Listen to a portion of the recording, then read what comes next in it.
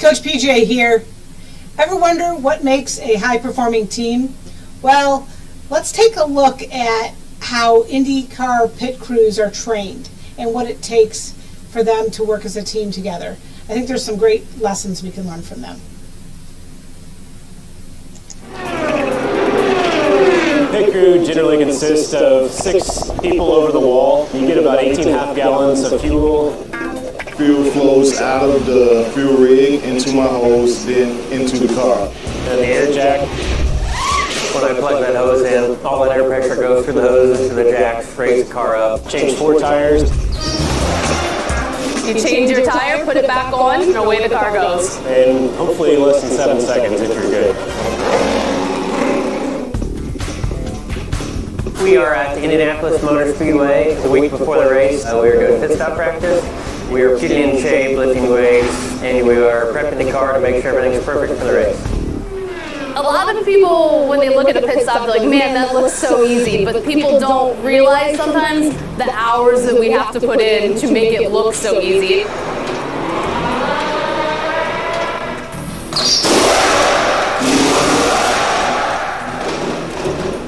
From the outside of the pit stop, it looks like chaos, but it's really very coordinated. We practice pit stops because consistency is key, right? It's really working on technique more than speed. There might be a way a guy wants to put the tire on 2 hands versus 1 hand. We'll work those kind of techniques in and try and get that done here so that when we go to the racetrack, we're going to do. The only thing you got to control is making sure you're not moving too fast. Pick it up, pull back, square it up, go over too soon.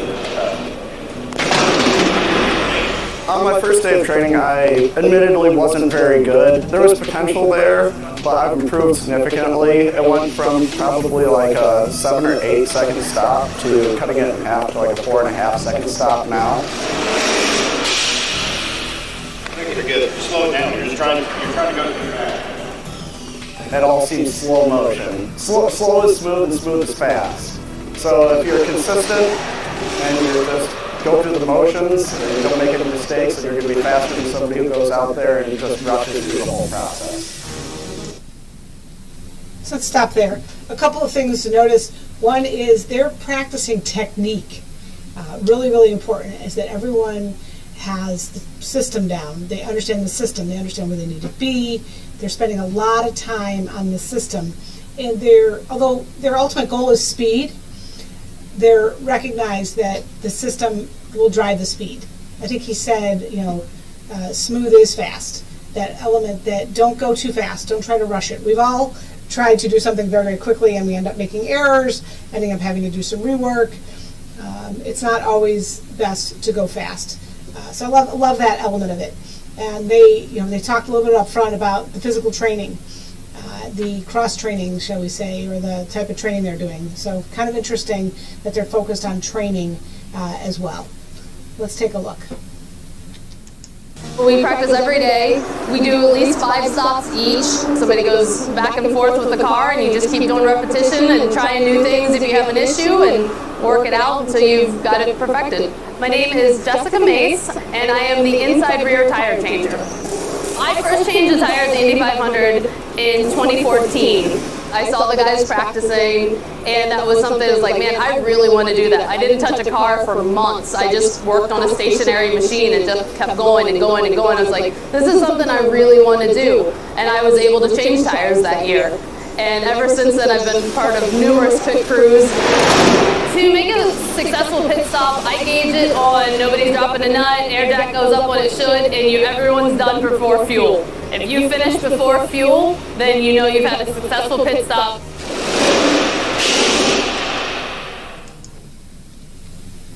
So I'll stop there for just a second because she made an interesting point about metrics, about how to know if you're doing well, how to know if you're not doing well. And the ultimate goal was, are you done before fuel? That's their benchmark. So when you look at your own business, what's the benchmarks in your business? What are the benchmarks you are using to identify whether or not something is successful or not, something is up to quality or not? So kind of interesting. She also mentioned repetition, the need to repeat to to make sure you get it done well and get it done accurately. So good lessons there.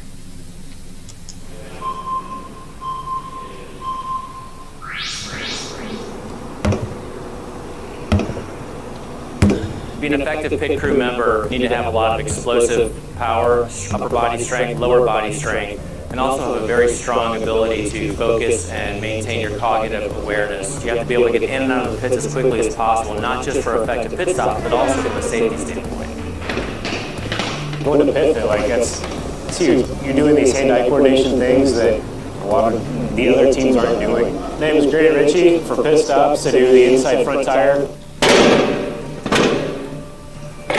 So strong.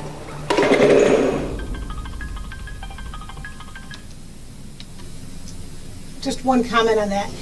He mentioned he was the inside left front pit crew tire. That was his job.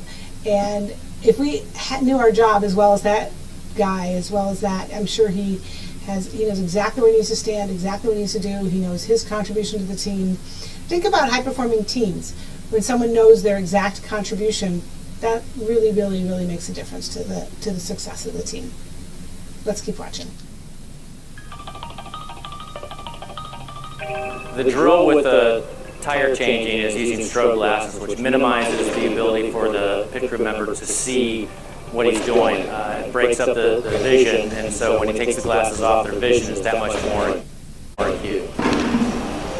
The vector reaction ball drill is a visual recognition and decision-making drill where the athlete has to quickly respond to the color of the ball and then put it in the appropriate bucket. That helps them with the decision-making in a pit stop. It's cool because you're working out your mind and trying to improve your reflexes, which is half of what a pit stop is.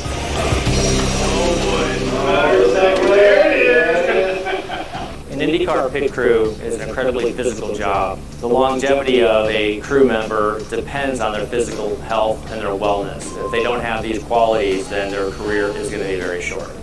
I'm 51 years old. If it wasn't for this kind of training, I would be limping home every night or walking on crutches or probably already on a wheelchair. Good. That way, Rolando.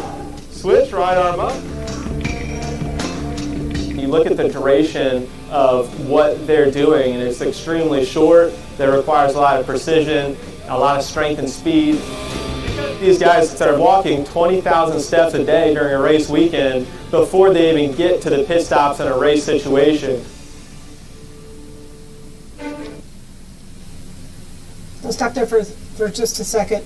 They talk about what they need to do their jobs, and then they also talk about what the skills they can practice and learn and get the repetitions on. You saw the light board. They were doing some touches on the light board.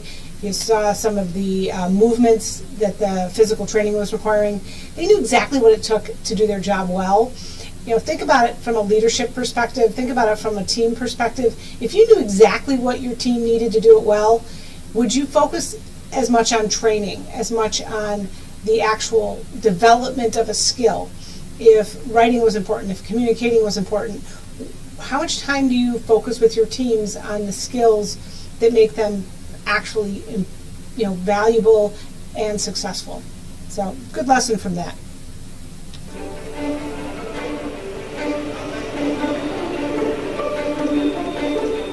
So with today being carb day, it's really the last chance for teams and pit crews to prepare themselves for the race. The biggest thing is making sure your car is set up properly for the race.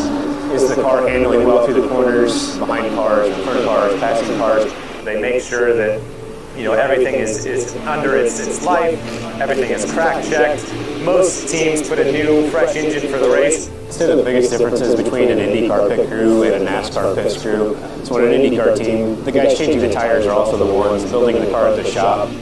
When I strap into the race car and go into turn one at 230 miles an hour, you have full confidence that the car's built right. And then on his side, we gotta trust him that he's gonna come in the pit box safely and hopefully quickly, but mostly safely and not gonna hit any of us. Fortunately, I have a great pit crew that hasn't made any mistakes this year yet. They obviously need to be on point with their pit stops, just like I need to be on point with my driving.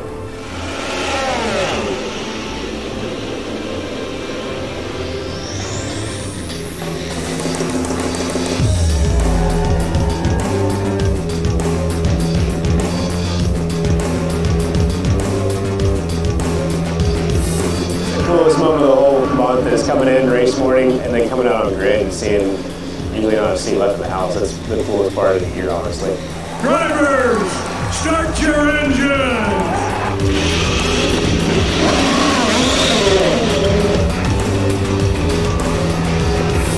A race like this, you're gonna make anywhere from 5 to 8 pit stops depending on your strategy. You have to start hydrating weeks before because you just sweat and sweat and sweat. A good pit crew is important just because the competitive level of IndyCar, everything's measured in tenths of a second, hundredths of a second. It's hard to imagine that we see like a 6.5 second stop versus a 6.4 second stop, and that tenth of a second could be the difference between winning and losing.